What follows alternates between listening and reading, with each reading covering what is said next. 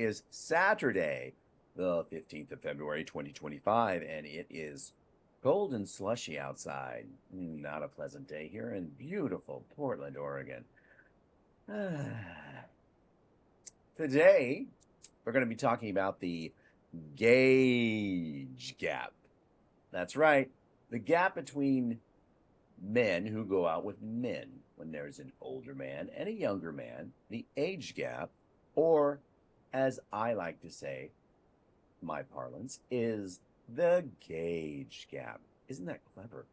Okay, right now society has certain, I don't know, stigmas associated with age. When a old guy gets together with a young guy, it's the whole like, oh, he's a predator.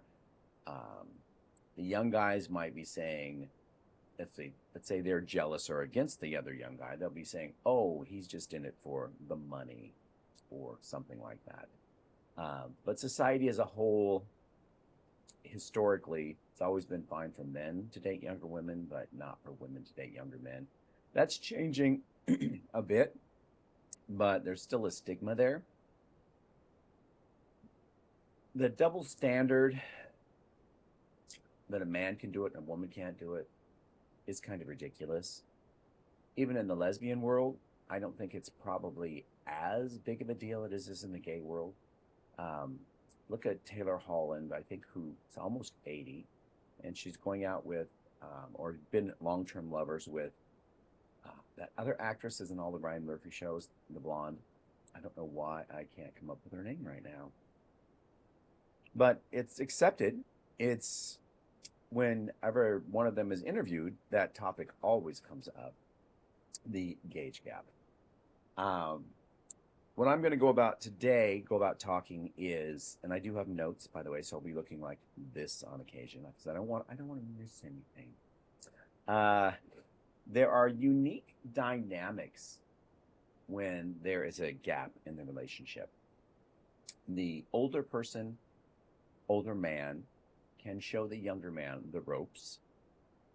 The younger man has someone to ask questions to regarding life in general, not just gay life, but life in general. He's got someone right there that can help him out when questions come up. And the young guy can help the older guy feel young again, can rekindle his libido, can introduce him to other young people. I have found as I age, I prefer being around younger people because there are so many people my age that are sedate. And I mean, I'm sedate myself, but I don't want to be around other people that the whole main focus is sitting there all day, watching the news or watching some daytime show, and then eating. It's always eating, sitting, eating. I would much rather eat quickly, go out and do something, and spend the day doing something, and then come back and sit in the evenings and watch TV. And with the younger crowd, I find that um, our timelines don't always line up. It seems that the young people I know don't do things in the morning. Unless they're going to work, they don't do things in the morning. They lounge around until 11 or 11 a.m. or noon before they even want to eat. And to me, that's half the day is gone. So there's a little conflict there. Um, but in the evenings, I mean, I get tired easily, and sun goes down, I don't want to do anything. But I force myself to go out on occasion, and I'll be around young people, and they are full of energy at that time of day. And I don't recall myself being like that when I was their age, but I could have a slipping memory, so I'm not sure. But there is a there is something nice about being around people who are active and want to do things and are just going boom, boom, boom, boom, boom, as opposed to being around people who will go,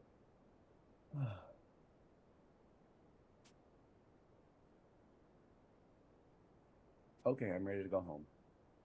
Yeah, yeah.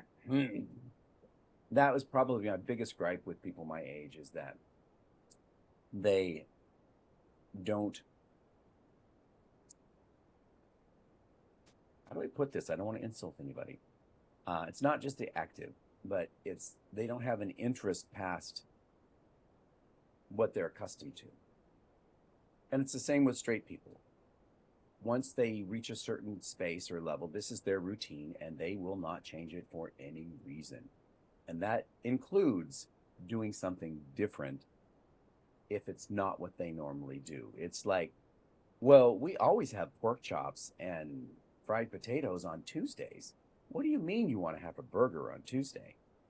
That's been a running joke or comment in TV shows and things for ages and ages and ages. It's, I don't know. I hear it in old TV shows, old movies. It's usually the housewife who has the dinner plans and all this stuff scheduled out months in advance, and the husband wants to make a change, and it causes a rift in their marriage. I do see that in gay relationships as well, but not to that extreme. Let's see. I would like to emphasize the individual decision making or agency of a guy to choose whoever he wants when it comes to dating.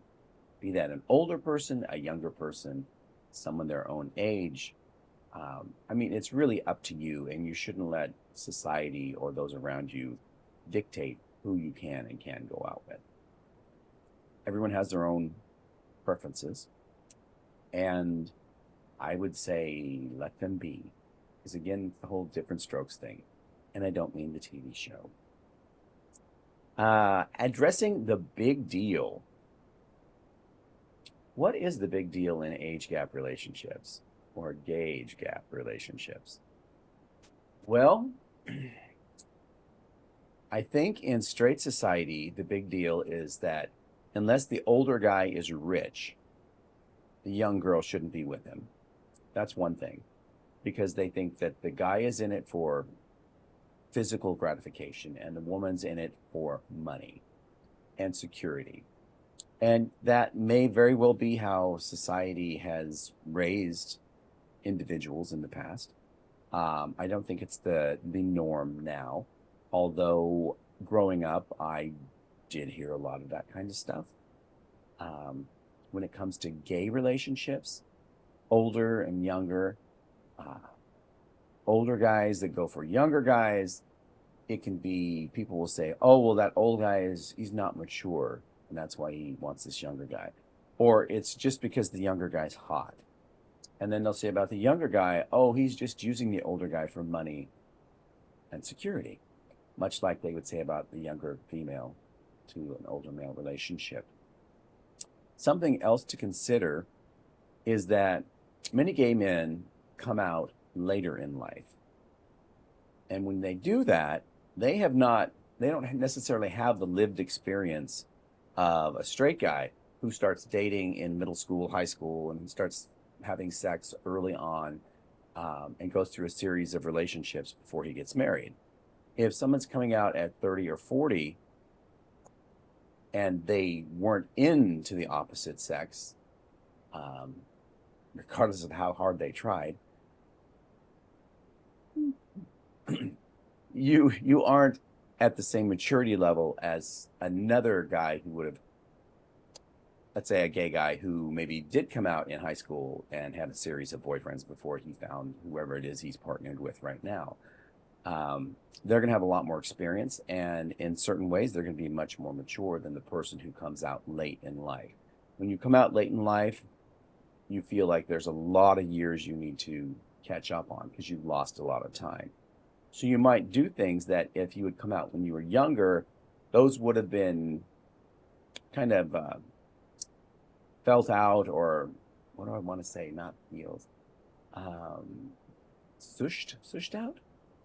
Anyway, they would have been all taken care of in the past. So now that when you reach that same situation now, you're not trying 10 different things 10 different ways to handle this situation, because you've already had that experience when you were younger. So now you know that, oh, well, I'm going to do it this way, or I'm going to walk away, or whatever it is. So you'll find a lot of older gay men who are involved with younger gay men, because those younger gay men are who they're mentally relating to. because they're going back in time in their brain like, well, when I was his age, I was doing this, and this is what I would have wanted to do. So in a way, that younger guy's helping them go through their teen adolescence when it comes to the dating situation. And that can be a positive.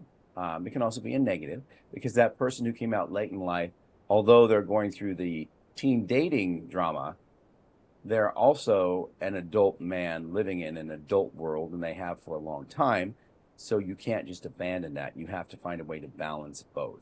You don't want to have a career at a job and having a teenage lover calling you and screaming on the phone or making waves at your place of work.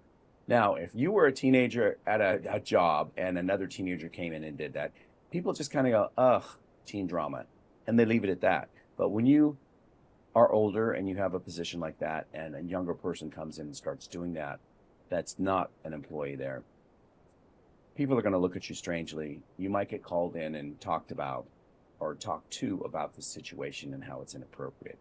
So keep that in mind. Try not to judge older men who come out late in life, 40s, 50s, 60s, after they've had families, and tell them that they're just doing whatever wrong, because they're not doing anything wrong. They are trying to catch up. They do not have the same experience that you or I have, who might have come out 20 or 30 years before they did. Okay, moving forward. I would like to say that we as gay men should not exclude anyone who's gay from the clan or gay community simply because of who they're dating. You can have opinions about it. You can talk to them about it if you want to. But remember, they're gay. You're gay. You've all gone through something similar at some point in your life. Maybe not exactly the same, but something similar. So keep that in mind, because you don't want to be the dick who's making someone feel bad just because you don't like who they're dating. I'm going to advocate for respect. Okay, we just kind of talked about that. And I also want to say uniqueness again. I've been corrected on this, that we're not all unique. Every man is the same. Well, that's true in a sense, biologically. But everyone does have unique experiences and unique relationships that are just between them and whoever they're dating. So I would like to encourage the uniqueness in the gay community, and that it continues to be unique. And if you are someone that doesn't behave like everyone else in the bar, maybe you don't wear the worn out jeans and the t-shirt with a beer logo on it, and your belly doesn't stick out 8 inches from your body, maybe you are a bit more effeminate or skinny, and you like to wear fashionable shoes and shorts or whatever, or you only wear name brands, I welcome you to the community. I'm not going to look down on you about that. I might question your judgment sometimes, because I have seen some fashion choices that I just don't know where they came from. But I'm not going to condemn you for that. No, I'm going to welcome you. I would much rather have a variety when I go out in the gay community than have everyone, homogenous and the same. That, unfortunately, is what a lot of straight communities are. They're very homogenous, and it's all about fitting in and being like everyone else. And I would never want that. I don't wish that on the straight community. I certainly don't wish that on the gay community. And with that, I'm going to let this issue stand. As always, your comments are welcome. If you seek advice from this cranky old gay guy, please send me an email with that advice question to crankyoldgayguy@gmail.com. And I wish you adieu, everybody. Have a happy Saturday night. And if you're into SNL, it is their 50th anniversary, and they have a SNL special tomorrow night. I do plan on watching, where they're going to have pretty much every, I think, living cast member who's been on that show. It seems to be going to be making an appearance. So if that's something you're into, check it out. It's network TV. You don't have to have any pay stations for that. And I will see you all tomorrow. Bye-bye.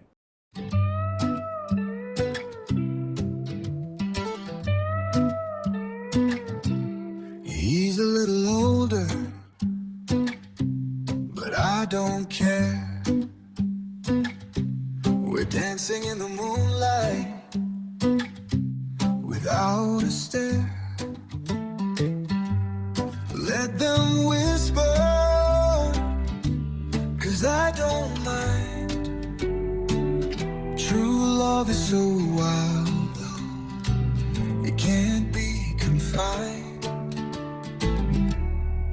I'm the young star, he's my guiding light. We're breaking through